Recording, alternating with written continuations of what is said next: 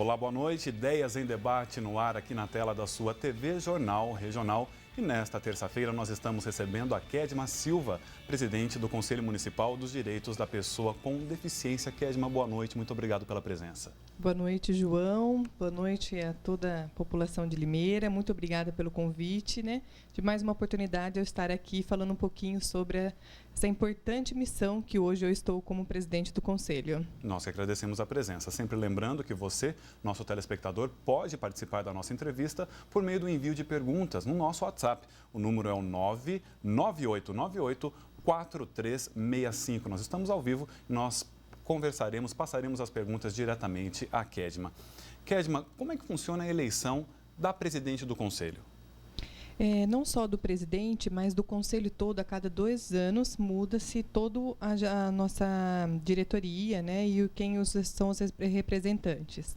Então, esse ano eu estou como presidente do Conselho e eu fico por 2 anos. Perfeito. Quais entidades fazem parte dessa nova composição do Conselho Municipal? Hoje ela é composta pela sociedade civil, que hoje a gente tem ainda, que está participando, a ARIL, a PAI, a Ecoterapia e o Clube Inclusivo também está participando. E depois tem a parte do poder público, que são as secretarias, São várias secretarias que participam do Conselho. Que são os indicados pelo Poder Executivo. Exatamente. Agora, você está na presidência a partir de agora, nessa gestão que dura 2 anos, como você nos explicou, mas já vinha participando desse conselho há algum tempo? Sim. O conselho, o ano passado completou 10 anos e essa é a minha segunda gestão dentro do conselho, mas como presidente é a primeira vez. Agora, Kedma, vários municípios lutam por ter o Conselho Municipal dos Direitos da Pessoa com Deficiência. Limeira, então, tem há 10 anos. Como é que você contaria para a gente a construção desses últimos 10 anos de todos os conselheiros que passaram pelo Conselho?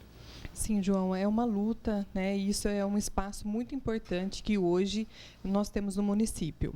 O nosso conselho, ele não é deliberativo, ele é consultivo, mas a gente já está com uma proposta para estar aprovando uma lei, isso, do município, para que ele seja deliberativo. Aí a gente terá muito mais força. Mas hoje o poder legislativo, ele ouve bastante o nosso conselho, A gente está com várias atividades aí no nosso plano de ação, onde a gente vai estar falando um pouquinho mais daqui a pouquinho. Legal. Então, quero saber, desde já, quais são os desafios dessa nova gestão? Sim, os nossos desafios, esse ano a gente está com 3 eventos. O primeiro evento que a gente está fazendo em conjunto com o Espaço Cidadania, que é uma organização muito respeitada e muito ativa, de São Paulo, de Osasco, que o Clemente faz parte. Então, ele tem várias ações, inclusive no estado todo de São Paulo. Ele vai vir agora no primeiro semestre, onde a gente vai falar um pouquinho sobre o mercado de trabalho, a empregabilidade das pessoas com deficiência, Que o Conselho ele abrange todas as deficiências. E a gente vai estar falando um pouquinho sobre, tanto para o empregador, a gente vai estar fazendo um convite para as empresas, quanto de motivação para as pessoas com deficiência. Esse é um encontro, um fórum que a gente ainda não deu nome, mas isso é uma das ações que o nosso conselho irá fazer este ano.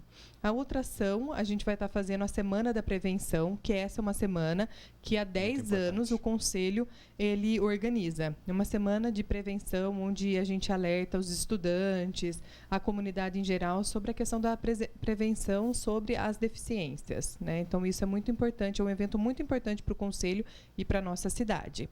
O terceiro evento a gente vai estar fazendo em dezembro, que é o Dia Internacional da Luta da Pessoa com Deficiência. A gente vai estar fazendo algum movimento na praça, A gente ainda não estruturou esses eventos, mas a gente terá esses 3 eventos durante esse ano de 2017. Explicava que o Conselho não é deliberativo, ou seja, ele não toma decisões à torta direita, Ele é consultivo. Ele encaminha recomendações ao Poder Executivo, ao Poder Legislativo. O Poder Executivo, a administração municipal, tem um histórico de ouvir as reivindicações do Conselho? Olha, nos últimos anos, sim. A gente pode acompanhar que sim. Esse, que é o Mário, que ele é engajado, né, com a causa, foi presidente ainda por 20 anos, ele está dentro da instituição. Então, com certeza, ele terá outros olhos, né, sobre essa questão. Né, e a gente está muito mais próximo, né, então, assim, a gente vai estar fazendo essas ações sempre em conjunto com a Prefeitura. Agora, a gente tem as conferências do Conselho Municipal da Assistência Social, onde o nosso conselho irá participar e deve participar atuando sobre essas questões de acessibilidade, tudo que envolva a pessoa com deficiência. Então, essa é uma outra ação também que o nosso conselho estará participando. Perfeito. O conselho tem a obrigação também de acompanhar a aplicação de legislações municipais, federais e estaduais que tratam da questão da deficiência? Sim. Nós, igual você disse, a gente não pode, não tem o poder de fiscalizar, só que a gente pode cobrar os órgãos que fiscaliza. Então, o nosso conselho, a gente tem uma comissão sobre acessibilidade, que será bem atuante. Então, a gente vai fazer esse papel, sim, porque acessibilidade, às vezes a gente pensa que é mais física, mas não, acessibilidade ao lazer, ao trabalho, né? Então, a saúde, a educação, né? Então, o nosso conselho vai estar trabalhando sobre essa questão das acessibilidades também. E como é que você avalia hoje, em Limeira, a oferta da acessibilidade aos nossos deficientes? Olha, na questão do transporte, né, está precário. Né, tanto para as pessoas com deficiência auditiva, para os cegos, para a deficiência física. Hoje a questão do transporte, mas não só para quem tem deficiência, hoje para qualquer pessoa normal que vai pegar um transporte hoje está precário, né? Mas assim, o nosso prefeito já está encaminhando esse assunto, mas a questão do transporte, a questão da saúde, a gente precisa melhorar um pouquinho nessa questão, e da educação também, mas na educação amanhã tem um fórum lá na Câmara dos Vereadores, onde vai estar tratando sobre a questão dos autistas, né? Então, a educação, ela participou hoje da nossa reunião do Conselho, então eles estão motivados em estar ajudando e estar melhorando essa parte da educação com os nossos deficientes. Perfeito. Kedman, você nos relatava que o Conselho é composto por diversas entidades, né? Como está a realidade dessas entidades hoje em Limeira em relação ao recebimento de verbas estaduais, federais, para manutenção de suas atividades? Hoje, com a lei do marco regulatório, a gente teve que mudar todo o nosso plano de ação. A gente teve que, todas as entidades que recebem verbas da assistência social, a gente teve que mudar o plano de ação para trabalhar a questão da convivência e fortalecimento de vínculo. Então, hoje, a gente, igual ainda, posso falar dela, a gente recebe uma subvenção do município e a gente recebe uma subvenção federal.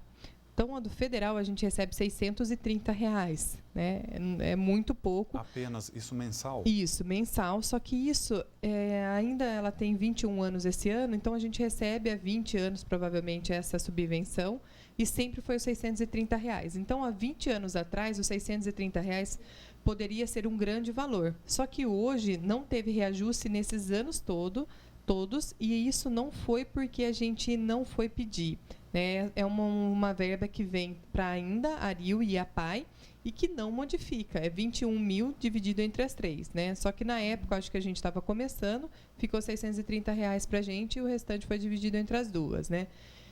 Mas hoje, para a gente, é muito pouco. A gente ampliou o nosso serviço, ampliou os nossos atendimentos, né? E isso não modificou. Então, mas não só para ainda, para todas as entidades, como a ARIL, a PAI, também aumentaram a sua demanda, aumentou tudo, aumenta, né, a questão dos recursos humanos e essa verba não aumenta. Então, agora, da subvenção municipal, a gente tem, mas isso... o poder público ele não pode ser responsável por 100% das despesas das entidades. Isso é o que eu penso. As entidades também, a sua diretoria, os voluntários também têm que fazer a sua parte, né? Por isso que eles estão lá. Mas a gente teria que estar dando uma modificada em relação a essas verbas. E por isso que as entidades elas fazem os seus eventos, participam dos eventos, porque hoje, com a crise que a gente está passando desde o ano passado, até agora, na verdade, e isso fez com que as pessoas diminuíssem as suas doações para as entidades. Então, isso dificultou um pouco. Por isso que a gente verifica a possibilidade de estar fazendo e participando dos eventos. Nós falávamos agora há pouco sobre a lei da acessibilidade voltada aos deficientes, né? Temos também uma lei que prevê cotas de vagas, né, no mercado de trabalho. Como é que o empresariado em Limeira, como é que as empresas se comportam em relação à oferta dessas vagas? A lei de cotas, ela existe há mais de 24 anos, ela está. Só que hoje, aqui em Limeira, eu não sei diretamente como está com as empresas. Ainda ela faz inserção no mercado de trabalho, como a PAI também faz, a ARIL também faz. E a gente vê que tem uma dificuldade imensa do empregador, como lidar com o deficiente, tanto na parte de acessibilidade dentro da empresa, ou como no contato mesmo com a pessoa com deficiência. Hoje a gente tem, as empresas reclamam, né, que tem deficiente que não está qualificado para o mercado de trabalho. Só que, por outro lado, a gente escuta a pessoa com deficiência, a gente tem contato de deficiente que tem até mestrado. E aí, quando ele vai para o mercado de trabalho, fala assim, nossa, mas você é muito para a minha empresa. Né? Então, a gente tem dos dois lados, mas tem, sim, pessoas muito qualificadas que têm deficiência física, que é a nossa área, para o mercado de trabalho, e as empresas não dão oportunidade. Então, isso que a gente levantou, quando eu entrei agora, né, no Conselho, a gente levantou essa questão do mercado de trabalho, por isso que a gente vai estar fazendo esse fórum. E a quem cabe a fiscalização dessa lei, Kedma? É ao Conselho? O Ministério do Trabalho. O Ministério do Trabalho, mas o Conselho também ele pode estar solicitando que o Ministério do Trabalho faça essa fiscalização. Inclusive, tem multas, tudo, se eles não atingirem a cota. E as escolas de Limeira, principalmente as profissionalizantes de ensino técnico, elas estão preparadas para atender as pessoas com deficiência, aos alunos com deficiência, de forma que elas os preparem para o mercado de trabalho?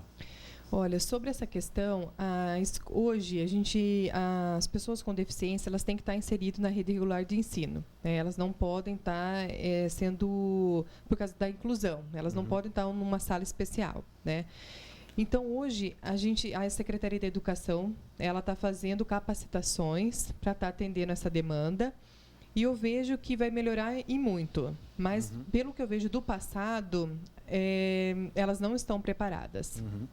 Kedma, Sônia Camargo, que nos assiste, enviou uma pergunta pelo WhatsApp. Ela diz o seguinte: há casos de escolas que dificultam a matrícula de alunos deficientes. Casos como esse podem ser denunciados ao Conselho? Claro, com certeza, Sônia.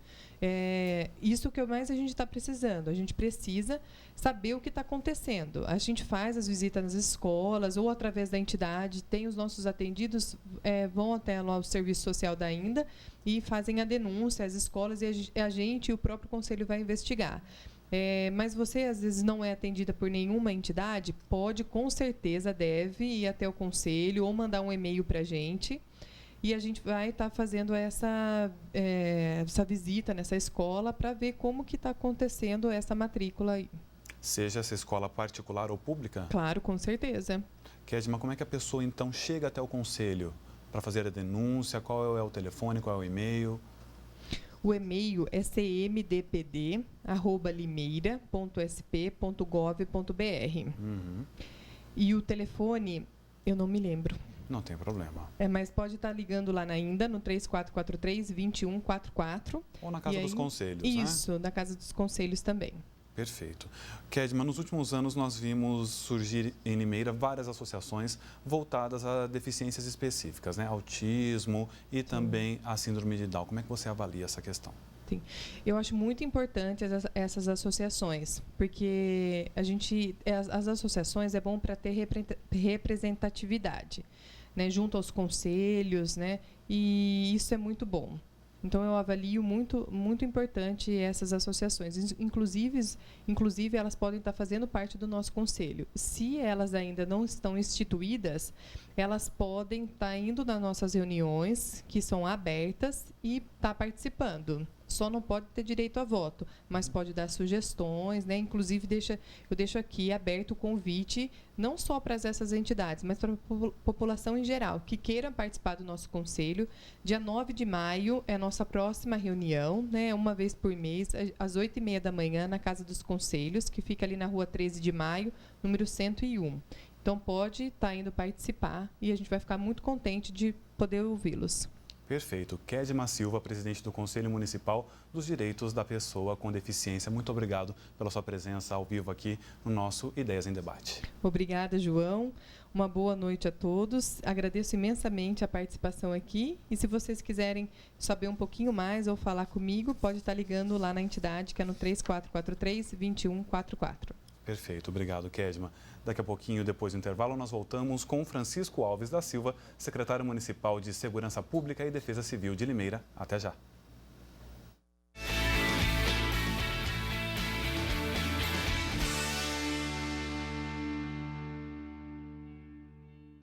Quando toca na Jornal FM, um dia pra não se esquecer, a galera inteira canta. hoje era pra noite não ter fim, pra se perderem por aí. Ouça sem parar. E aí você rola na cama tentando me encontrar. É sucesso na certa. E mesmo sendo teu oposto, não faz mal, eu tô disposto a amar. Jornal FM. Quando o mel é bom, O sucesso toca aqui. a abelha sempre É sucesso? A Jornal FM toca. Sucesso. Em abril, novas temporadas, novas séries e novos desenhos aqui na TV Jornal Regional. Segunda temporada de Chips, 05, ele está indo pra você. Vamos tentar encurralá-lo. MacGyver, Você aí!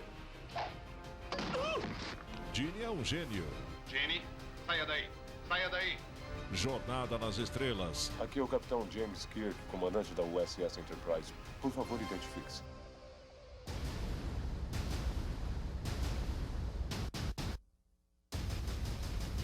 e novos episódios da ilha mais misteriosa do mundo. Lost. Tem estreias também. A Ilha da Fantasia.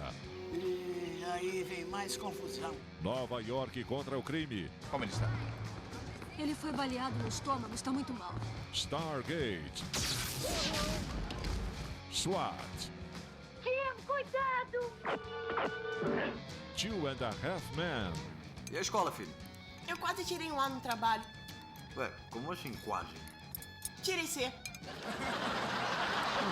Friends. O que você vai fazer hoje? Ah, eu tava pensando em levar a Emma ao parquinho.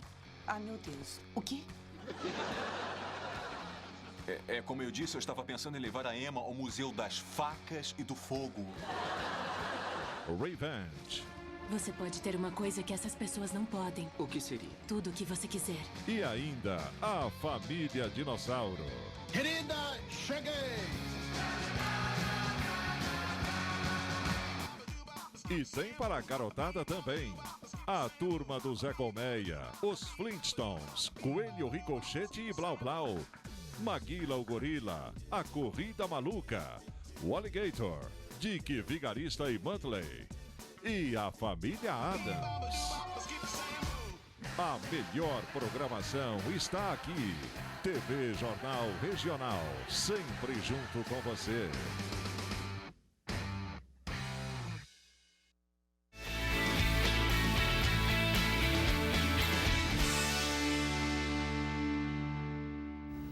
Ideias em Debate de volta, recebendo agora o secretário municipal de Segurança Pública de Limeira e também de Defesa Civil, Francisco Alves da Silva. Cabo Chiquinho, muito obrigado por sua presença aqui no Ideias em Debate. Ô João, sou eu quem agradece, né, pelo convite de estar mais uma vez aqui nesta casa, né, que eu gosto muito de estar aqui. Muito obrigado. Uma honra nossa. O Cabo Chiquinho, que também é psicanalista. Nós falaremos também sobre esse assunto, os diversos temas que envolvem a função do psicanalista. Você pode participar enviando suas perguntas aqui para o Ideias em Debate por meio do WhatsApp 99898-4365. Participe da entrevista. Chiquinho, 100 dias no comando da Secretaria de Segurança Pública e Defesa Civil. Que balanço você faz desse início de governo? Eu penso que nós temos trabalhado aí 24 horas por dia, né, para manter uma cidade um pouco mais segura, principalmente a minha pasta, não é? Nós temos feito aí um trabalho direcionado, inclusive essa madrugada A Guarda, mais uma vez, faz um grandioso trabalho, né? Presta aí um bom serviço para a comunidade, onde ela se depara com vários veículos, né, que eram roubados, identifica os seus autores e conduz até a central de flagrantes, né, e mais 2 pessoas, então, vão para a cadeia. Isso, somando em 3 meses, quase 130 pessoas então, foram conduzidas para as unidades prisionais pela Guarda Municipal. É um número bastante expressivo. Bastante. É muito trabalho. É 24 horas no ar, não é? Pois é. Chiquinho, nós acompanhamos no dia 31 de março o assassinato de uma estudante da Unicamp que chocou toda a cidade de Limeira, tornou-se um assunto de repercussão nacional e levantou-se a questão da segurança pública na região do campus da Unicamp em Limeira, Jardim Morro Azul, Jardim São Paulo, Chácara Antonieta. Você participou de perto, efetivamente, de toda a investigação do caso, acompanhou e também das discussões levantadas em torno dessa questão da segurança. Como é que a Prefeitura vai se portar diante dessa questão? Ela já está se portando, né? O prefeito foi muito solícito, não é, o Mário, com as reivindicações de todos aqueles estudantes. Já havia alguns projetos direcionados, né, para aquela região, como iluminação.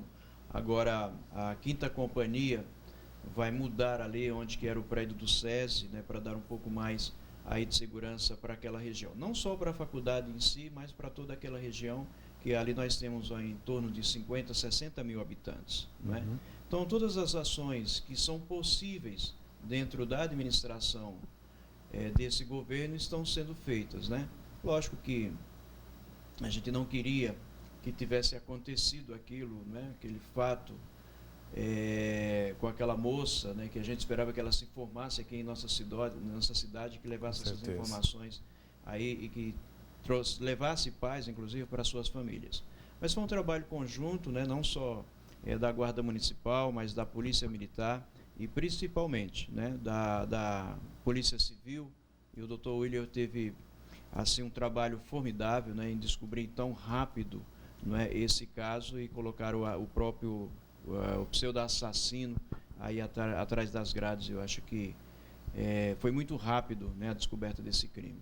Foi, de uma forma muito eficaz. Secretário, o senhor citou agora há pouco o trabalho da Polícia Civil. Como é que está o entrosamento entre as forças policiais da cidade? A Guarda Civil Municipal, a Polícia Militar e a Polícia Civil. Olha, sempre foi muito bom, principalmente da época que eu passei, já estive como secretário em outra gestão, e talvez pela minha pessoa, que sempre fui policial militar por mais de 20 anos, não é? E esse acesso que a gente sempre tem, aí o doutor Tucumanto hoje, novamente como seccional de Limeira, e todos os delegados, os investigadores, a gente sempre teve um bom relacionamento e eu penso que a cidade ganha muito com isso, não é? Nós fazemos várias operações em conjunto, não só na área urbana, mas na área rural também, não é? É por isso que, de repente, a gente se depara, a Guarda Municipal se depara com vários crimes na área rural, né? Não só a questão do roubo, do furto, não é? Mas a degradação da terra também, né? Muitos crimes ambientais. Então, a gente sempre faz esse trabalho conjunto. Eu acho que quem ganha, com certeza quem ganha vai ser sempre a comunidade, e é esse o trabalho que a gente voltou para desenvolver, e eu tenho certeza que, dentro das nossas condições, nós iremos fazer sim. Você citou a sua passagem pela Secretaria de Segurança Pública em outra gestão. Como é que você avalia o quadro que você encontrou agora do que era no passado? Você recebeu uma Secretaria de Segurança com uma muralha digital, por exemplo. Sim. Como é que você avalia esse novo contexto? Então, quando eu passei na primeira gestão, tem que entender o seguinte, que o plano de segurança que não tinha Limeira foi nós que elaboramos. Então, hoje se diz muralha digital, naquele tempo nosso era cerca virtual. Perfeito. Inclusive, isso foi implantado naquele portal de entrada em frente ao Fumagalli. Eu saí da gestão e as pessoas deram continuidade ao projeto, que é muito bom. Eu acho que a muralha digital tem resolvido vários casos, não só os de furto de veículo, né? Nós temos lá aí, nesses 2, 3 meses, uma média de 126 veículos que foram furtados, 96 nós recuperamos, não é? Então, mas por quê? Porque isso é gestão, você trabalhar direto com a estatística, não é? Eu chamo o pessoal da estatística, da inteligência, e daí nós fazemos operações onde que tem algumas falhas, inclusive, ainda. E daí a gente vai desenvolver esse bom trabalho que é a recuperação de veículos. E, secretário, passado esses 100 primeiros dias, essa fase de adaptação, quais são as metas do senhor daqui para frente, para o futuro? Sempre buscar uma cidade um pouco mais segura, não é? Dentro do plano de governo do próprio Mário, está a ampliação da muralha digital, não é? Eu penso que daí a mudança do prédio para o prédio novo, né, a parte administrativa da Guarda Municipal, eu acho que está também dentro do plano de governo a modificação, a reestruturação do Estatuto da Guarda Municipal, que é muito importante fazer isso, não é? Também está dentro do plano de governo do Mário. E eu penso que nós temos que trabalhar para, quando finalizar o nosso tempo, nós sairmos de cabeça erguida e dizer: eu fiz a minha parte, não é? E que o próximo que virá faça a parte dele também, e assim sucessivamente, que os nossos filhos e netos possam ter uma cidade um pouco melhor. Perfeito. O secretário de Segurança, que tem a formação de psicanalista, eu gostaria de aproveitar a formação do senhor nessa área para questioná-lo sobre, por exemplo, no caso da morte da estudante da Unicamp, secretário, nós vimos diversos relatos de alunos, companheiros, não necessariamente próximos a ela, mas companheiros de universidade, que relataram uma sensação de medo. Como lidar com essa nova realidade? Eu penso que o medo, ele é normal do ser humano, né? Quando a gente perde essa questão, essa figura do medo, a gente vai por um caminho muito difícil, muito duro, muitas vezes, né? Então, o medo, ele é normal. Por exemplo, uma pessoa que sobe ao prédio da Águas de Limeira, por exemplo, e que, se ele não tiver medo, ele acaba escapando dali e vindo a entrar em óbito, né? Então, o medo, ele é normal, porque nos faz com que a gente tenha um pouco mais de cuidado. Principalmente na redondeza ali da faculdade, nós ainda encontramos alguns pontos escuros que a administração já está providenciando isso, não é? Então, esse medo, ele é normal quando esses alunos saem da escola, da faculdade, e eles iriam por algumas ruas muito mais escuras. E agora, com esse fato, que tem que ser luz, como dizia o pai da jovem estudante, tem que ser luz esse ato, para que esses jovens não percam mais a vida em nossa cidade. Então, o medo, ele é normal dentro da psicologia, não é? Quando a gente tem medo de algo, a gente procura evitar a não fazer aquilo que o outro estava fazendo, que pode ser errado. Acaba tornando-se um instrumento, inclusive, de autopreservação. Sim. Uhum.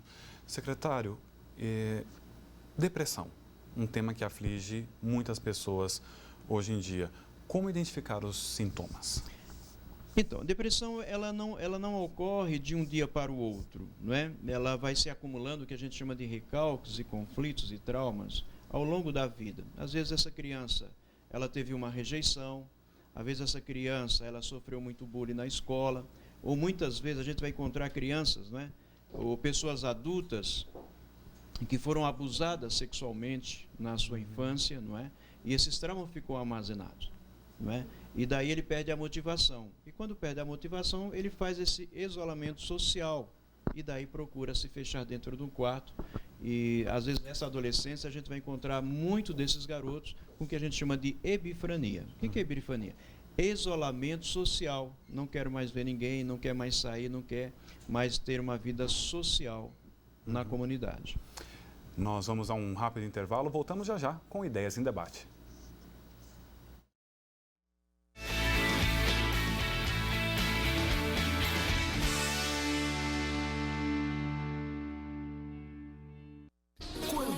Na Jornal FM. É bom. Ouça, sem parar. Mas foi só a porta fechar. A galera inteira canta. Você Jornal FM. esqueceu do... É sucesso na certa. Ela tá doida, doida, doida, doida, doida, doida pra beijar na boca. É sucesso. A Jornal FM toca. Sucesso.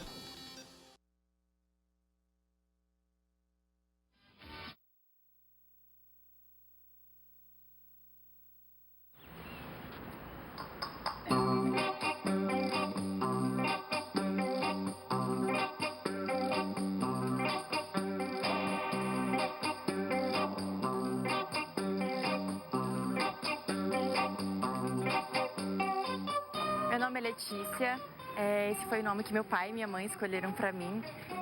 Eu sou a primeira pessoa da minha família a entrar numa universidade. E como trabalho final do meu curso de jornalismo, eu escolhi fazer um filme sobre escolhas, sobre o direito de poder escrever a nossa própria história.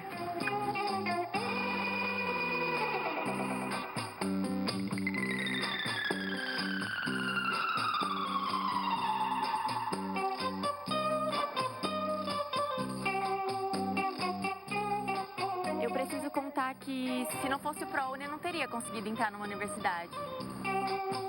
E foi na faculdade que eu tomei contato com a luta das mulheres, com a necessidade de ainda ter que lutar por igualdade e respeito.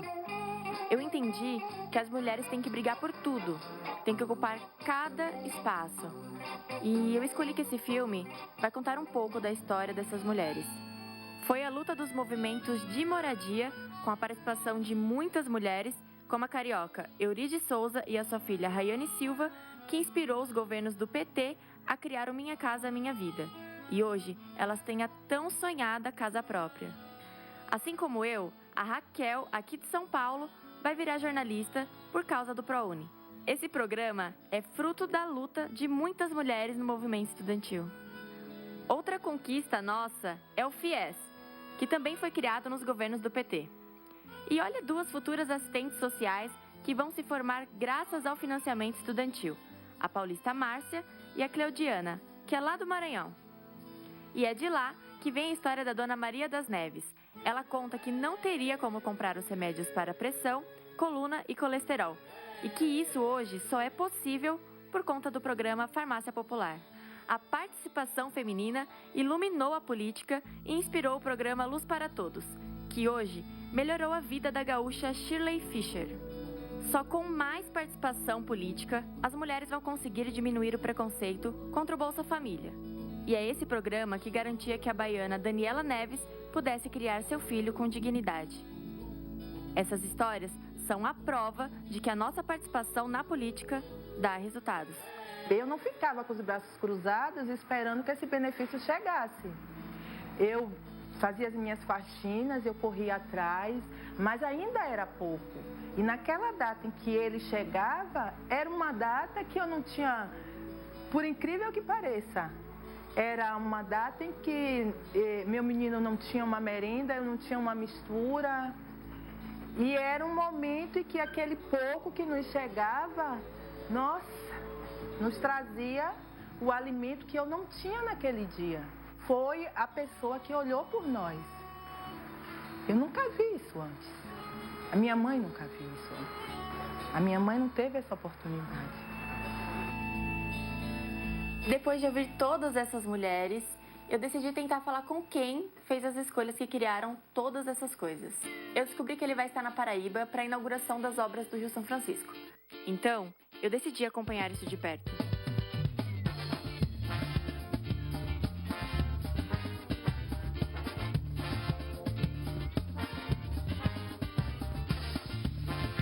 Descobri no caminho para Monteiro que eu não fui a única a ter essa ideia.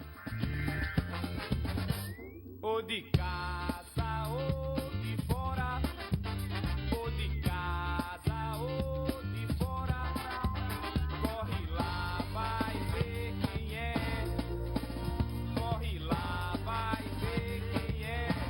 Desci na estrada e caminhei 1,5 km com a multidão. No caminho, tive a oportunidade de conversar com muita gente. Vi a grandeza da obra da transposição do Rio São Francisco e até consegui falar com Lula.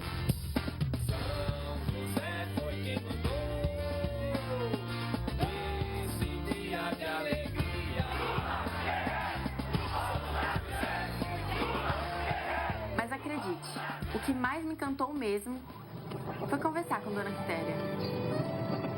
Desde meus 14 anos que eu sempre fui agricultora. Eu, meus filhos, meu marido, tudo plantava conjunto. O mais velho saiu daqui chorando e dizendo: mamãe, eu vou embora dessa terra porque não tem a oportunidade dessa terra para a gente sobreviver. E eu nunca vou poder ajudar vocês, que só se produz com água. Sem água não se produz nada, não. Agora surgiu uma luz.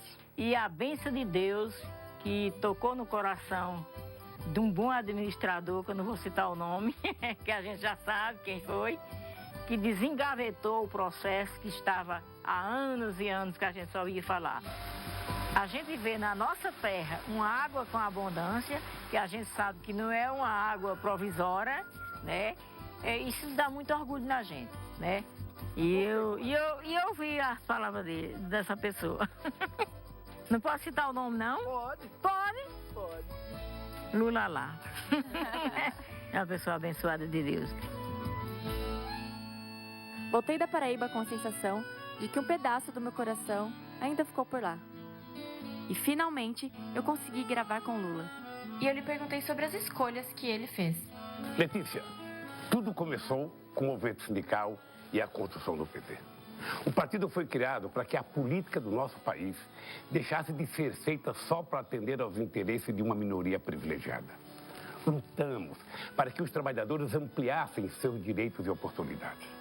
E a gente não pode esquecer que quando chegamos ao governo, nosso maior desafio era garantir que todo brasileiro pudesse fazer 3 refeições por dia. Letícia, eu sempre acreditei no povo brasileiro. Eu sei que não fizemos tudo, mas tenho muito orgulho de tudo que o PT fez pelo Brasil. Eles sempre fizeram para poucos. Nós fazemos para todos. É interessante como 2 pessoas podem usar a mesma caneta de modos completamente diferentes. A caneta de um presidente é a mesma usada por outro. O que muda é quem escreve com ela. E isso muda o que é escrito. PIB do Brasil tem maior alta em 24 anos. ONU diz que Minha Casa Minha Vida é exemplo para o mundo. 29 milhões de brasileiros entraram na classe média. Mais médicos, já beneficia 33 milhões de pessoas. Era Lula cria mais empregos que governos FHC, Itamar, Collor e Sarney juntos. Temer suspende todas as novas contratações do Minha Casa Minha Vida. Governo cancela benefícios do Bolsa Família. Reforma ameaça aposentadoria. Desemprego atinge patamar recorde. Ministro de Temer fala em pacto para barrar Lava Jato. Olha, Letícia, disseram que se tirasse o PT do governo, tudo ia melhorar. Que os golpistas iam acabar com a corrupção. É uma grande mentira, porque foi no governo do PT que o país mais cresceu. E foi no nosso governo que mais se combateu a corrupção. O que eles querem com acusações falsas, mentiras, perseguição, é impedir que o Lula volte a ser presidente. O Brasil precisa de um governo eleito pelo povo para retomar o caminho da democracia, do crescimento e da justiça social. Nós sabemos qual é o caminho e já mostramos isso. O Brasil cresce quando tem mais emprego, mais salário, mais renda e as pessoas têm mais crédito para comprar o que precisam. Descobrimos e exploramos a enorme riqueza do pré-sal, dobrando a produção de petróleo no país. Criamos oportunidades para os jovens com o ProUni, o FIES e as escolas técnicas e o Pronatec. Um país que fez tudo isso em apenas 12 anos, que chegou perto de ser a 5ª economia do mundo, pode retomar o caminho do crescimento, pode fazer muito mais. Mas agora estão tratando o nosso povo como se ele fosse o responsável pelos problemas do Brasil. Aprovaram uma terceirização que tira os direitos históricos dos trabalhadores, querem dificultar a aposentadoria, congelar as verbas para a educação e a saúde e ameaça os programas sociais. Isso é uma grande injustiça. O povo não é o problema, o povo sempre foi a solução. Quanto mais gente trabalhando, gerando renda, recebendo a aposentadoria, mais a economia cresce, mais o país melhora. O povo brasileiro tem o direito de escolher o caminho que quer trilhar. Nós do PT estaremos sempre ao seu lado para construir um país melhor para todos. Presidente, eu queria te agradecer. A coisa mais preciosa que a gente tem na vida é a possibilidade de fazer escolhas. E é por isso que a gente tem que lutar. Para garantir esse direito.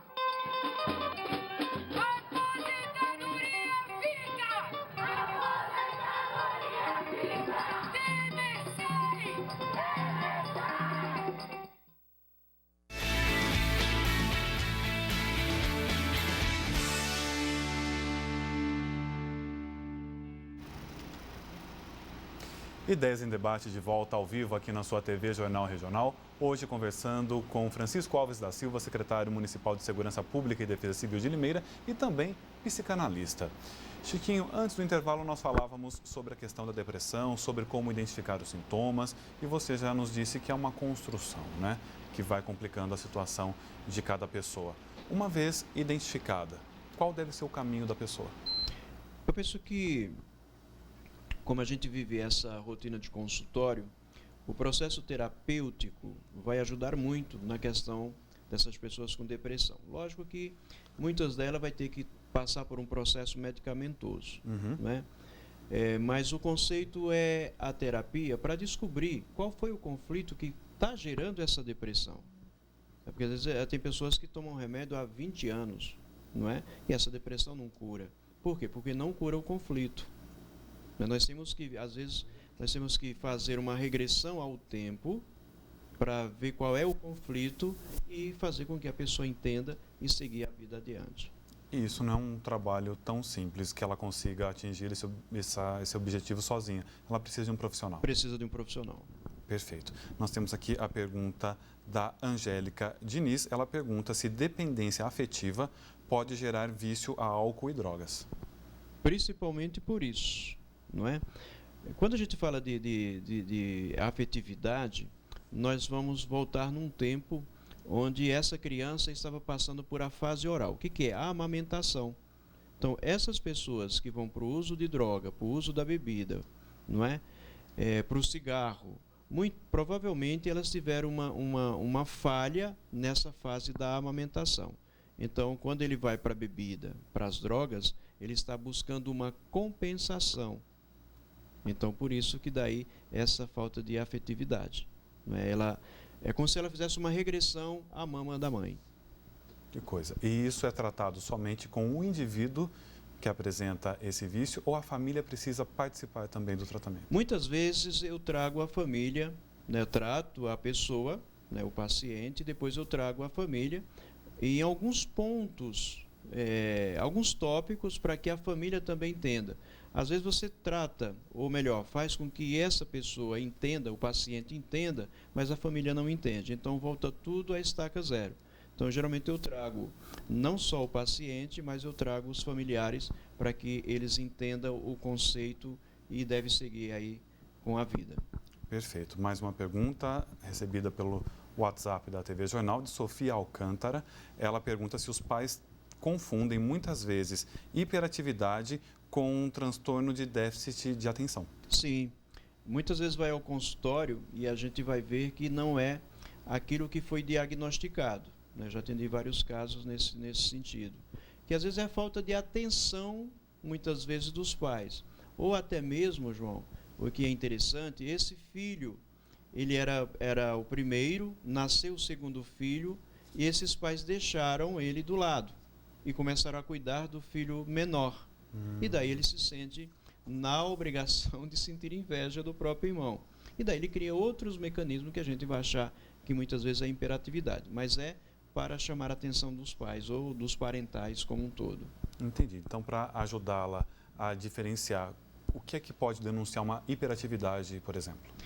Tem vários segmentos. Por exemplo, você vai ver a criança, ela não para, às vezes ela não vai muito bem na escola, não é? Ela não tem muito essa questão do respeito, porque ela está sempre chamando a atenção. Eu acho que já são indicadores de que deva procurar um profissional nessa área. E os sintomas do transtorno do déficit de atenção?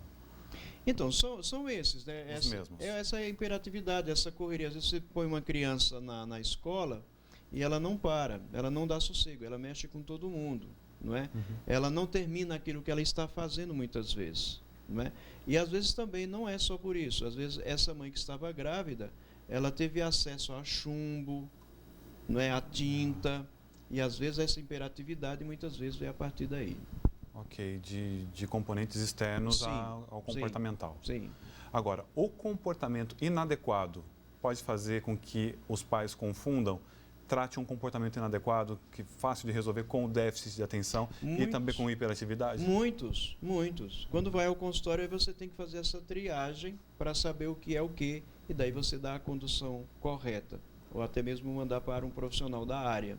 Agora, Chiquinho, uma dúvida como essa apresentada por uma mãe pode denunciar que, de repente, as escolas, de uma forma geral, talvez não estejam preparadas para identificar isso nos alunos? Com certeza, mesmo porque não tem essa preparação os professores, não é? Eu sempre faço algumas palestras nas escolas e você vê muito isso, né? Não que o professor seja despreparado, não é isso, é que a área dele é dar aula, né? Então, esses casos, muitas vezes o professor não tem o conhecimento e deixa passar batido. Não é? Então, eu vou às escolas muitas vezes fazer palestras sobre essa área, a formação da personalidade, né? E a gente depara com muito dessas situações. Perfeito. Nós vamos a um rápido intervalo e voltaremos para continuar falando do relacionamento entre pais e filhos. Ideias em Debate volta já.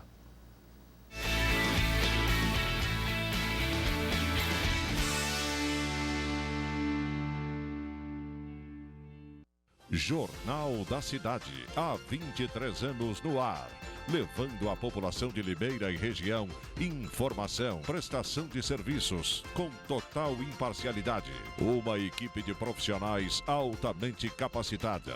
Jornalismo com responsabilidade, levado a sério. De segunda a sábado, às 7:30 da noite. TV Jornal Regional, sempre junto com você.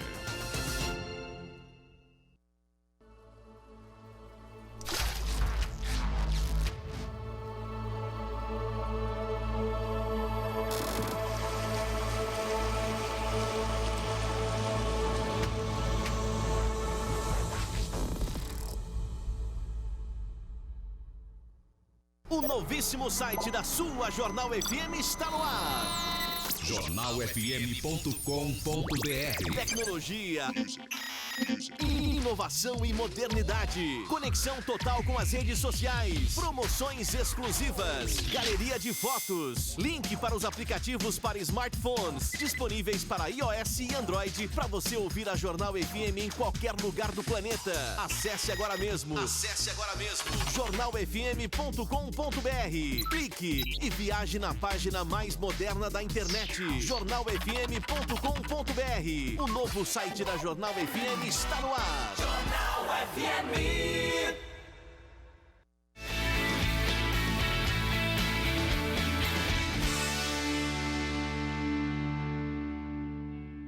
Ideias em Debate de volta aqui na tela da sua TV Jornal Regional. Hoje conversando com Francisco Alves da Silva, secretário municipal de Segurança Pública e Defesa Civil de Limeira e também psicanalista. Antes do intervalo, nós falávamos sobre a questão comportamental de crianças, de alunos, a grande confusão entre déficit de atenção e também de hiperatividade. Outra questão, secretário, a questão da esquizofrenia. Muitos pais acreditam que os filhos partem para uma patologia, né, psicológica. Isso também pode causar uma confusão? Pode ser um comportamento? Muito. Porque assim, a esquizofrenia, na verdade, ela é a perda da representação meta, né? Então esse indivíduo, ele perde o objetivo, né? Ele não quer mais trabalhar. E a gente vai lá para aquela questão da esquizofrenia catatônica, que você coloca esse indivíduo no local e ele fica ali, ele faz as necessidades fisiológicas. Quando é a esquizofrenia um pouco mais branda, em grau menor, essa pessoa tomando a medicação devida, né, sendo acompanhada pelo médico, psiquiatra no caso, ela volta. Ela pode casar, ela pode ter filhos, mas ela não vai sair da paranoia. Né? De repente, se ele para de tomar essa medicação, ele vai dizer que alguém está o perseguindo. Né? Okay. Então, mas a esquizofrenia também é um ajuntamento de tantos esses conflitos, da depressão, do conflito, dos traumas.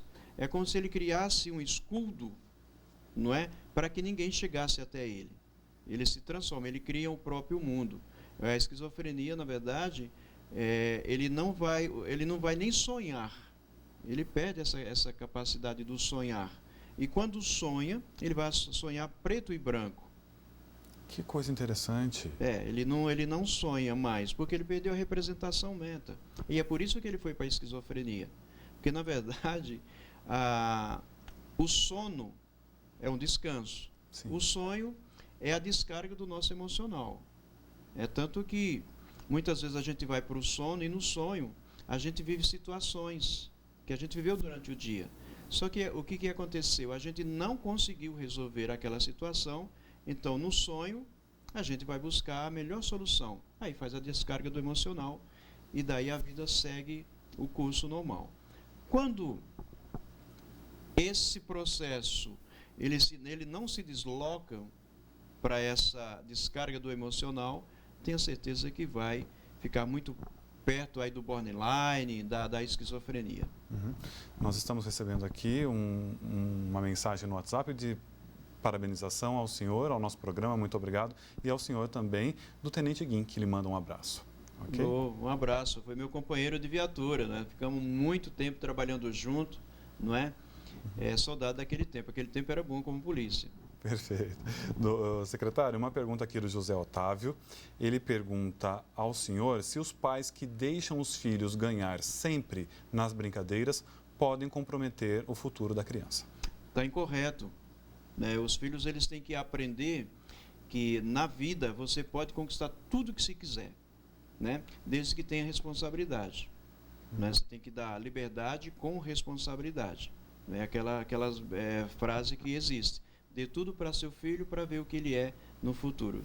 Talvez vai se transformar numa pessoa incorreta. Não é? Mas não necessariamente tratá-lo como um adulto. Não, tratá-lo como criança que é. Não é? Mas dentro de uma responsabilidade de pai. Agora, os filhos necessariamente repetem padrões dos pais? Com certeza. Né? O pai é o espelho desse filho. Né? É tanto que nós vamos encontrar algumas patologias, tanto de filhos como de filhas, não é? Que de repente ele introjeta esse pai para si e segue o mesmo destino. Muitas vezes a depressão, muitas vezes sintomas que o próprio pai tinha, não é? Como os ciúmes. Então essa criança está vendo o espelho, ela introjeta para si, acha que aquilo é o ideal, né? Que é o ego ideal, e acaba tendo algumas patologias no futuro. Questões comportamentais como traição, por exemplo. O filho que vê um pai que trai desde a infância mais tenra, tem uma tendência a repetir? Não só tem a tendência a repetir, mas como tem a tendência a não gostar desse homem, fazer uma rejeição a esse pai. Não é? Fazer uma rejeição a esse pai. E muitas vezes ele pega um outro caminho, um outro atalho, que não é aquilo que a família esperava dele. Por exemplo, uma menina que ela admira o pai. Isso é Freud. Não é? Ela vai buscar num outro, um homem para casar, aquele pai que é ideal para ela. Às vezes com as mesmas características, inclusive. Se o pai é alto, se o pai é baixo, às vezes o pai é educado, ela vai buscar essa característica para que ela tenha esse pai próximo o tempo todo. Agora, nós falamos da parte negativa, mas para o positivo também. Também. Tanto para o negativo como para o positivo. O senhor acredita que nós somos resultado daquilo que pensamos e falamos? Em muitos casos, sim. Né? Mas hoje nós acreditamos, e hoje já tem cientificamente comprovado, que esse DNA ele pode ser mudado. Né? Uma família que tem uma predisposição genética de câncer, né? Nessa mesma família ela pode não ter. Né? Se ela não conviver ou não tiver as mesmas atitudes que o parental teve. Então, o DNA hoje já pode ser mudado. Perfeito.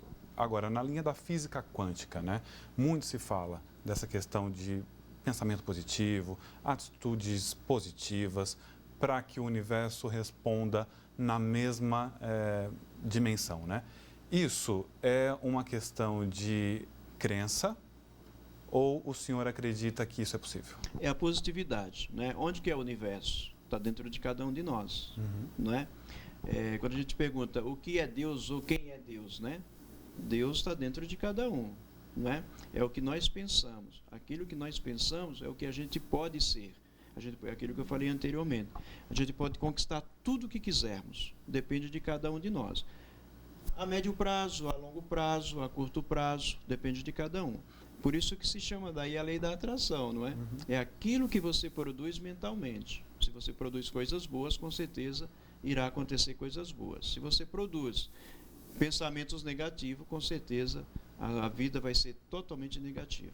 O senhor citou Deus, né? A crença no divino, não necessariamente em um único Deus onipresente, mas acreditar em algo superior, auxilia no dia a dia das pessoas? Sempre temos que acreditar em algo. né, se é o Deus que nós falamos como católico, ou Deus como falamos como evangélicos, ou com qualquer uma outra filosofia, sempre tem que ter algo para nós crermos. Se você não acredita em algo, a vida não vai ser tão boa como você esperava que fosse. E o extremo também acontece? Acreditar piamente em algo sem aceitar a crença do outro? Sim. Hoje é o livre pensamento, né? O livre arbítrio de cada um. Né? Eu penso que... E nós tínhamos um grupo, né, que chamava-se SGV, Somos Grandes Vencedores, inclusive o Clodoaldo participava disso. Né? E eu me lembro que muitas dessas pessoas participavam no grupo conosco e chegaram lá com seu comércio praticamente falido. E dentro dessa linha da lei da atração, o segredo, que na verdade era tão difundido na época, essas pessoas acreditaram que podiam ser bons profissionais e bons empresários, e hoje são. É tanto que o Clodoaldo Araújo ganhou lá os 2 milhões, não é? E se tornou aí o 5º aprendiz. Exato. Para que o nosso telespectador saiba diferenciar, nós falamos sobre diversos assuntos e a necessidade das pessoas buscarem ajuda com diferentes patologias que possam constatar. O que é que difere a procura por um psicólogo, por um psicanalista e por um psiquiatra? Como é que eu defino para que lado eu devo ir? Engraçado, você não é meu paciente, mas os pacientes sempre perguntam isso, justamente isso. O psiquiatra é o médico que fez residência lá em psiquiatria, não é? E vai fazer o aviamento dessa medicação, identificar essas patologias ou fazer a internação, né? Muitos deles fazem terapias também, né? Eu penso que a vida do psiquiatra é tão maluca, né, vamos dizer assim, é tão corrida, que eles não vão muito se preocupar em fazer as terapias. O psicólogo trabalha mais a área comportamental, não é? Quando se diz que, olha, você pode mudar essa sua atitude, ou trabalhar aí nos RHs da vida, né, nas empresas, não é? Fazendo entrevistas. O psicanalista é aquele que trabalha na linha mais de profundidade. Não que os outros não possam trabalhar nessa linha de profundidade. Tanto o psicólogo, tenho vários amigos que trabalham nessa linha de profundidade, que é trabalhar a questão dos conflitos, resolver os conflitos para que tenha uma vida um pouco mais saudável. Então a psicanálise é isso, é buscar os conflitos, mostrá-los na vida atual e fazer com que esse paciente siga adiante, não é? Eu sempre falo que não compensa você ficar pensando no passado. Ele já passou, não é? Mas não compensa também você ficar pensando, focando no futuro, porque ele não existe. O que existe, na verdade, João, é o presente. É isso que nós estamos aqui, não é? É tanto que, quando você faz aniversário, eu tenho certeza que ninguém nunca chegou para você e disse: João, aqui está uma caixa azul com bolinha da mesma cor, né, cheia de passado. Já? Não. Jamais. Né? E nem também de futuro. Geralmente quando ele chega: João, meus parabéns, aqui está o seu presente. Porque é atual, é aquilo que existe. Né? Passou dali, ou é futuro, ou é passado. Nosso secretário de Segurança Pública e Defesa Civil, Francisco Alves da Silva, psicanalista também. Chiquinho, muito obrigado pela presença aqui no Ideias em Debate, TV Jornal, sempre com espaço aberto para você. Sou eu quem agradece, né? Sempre estamos juntos aí, né, por Limeira, mas eu quero te agradecer e te parabenizar também, né, por essa entrevista, esse bate-papo. Na verdade, não é entrevista, é um bate-papo, não é? Conte sempre comigo, né, conosco na Secretaria de Segurança, ou até mesmo nessa área da psicologia. A hora que você quiser e pretender, estarei sempre à disposição. Muito grato. Muito obrigado, Chiquinho. Um grande prazer. E nosso agradecimento também a todos os telespectadores do Ideias em Debate. Nós voltamos na próxima terça-feira, a partir das 8 horas da noite. Até lá!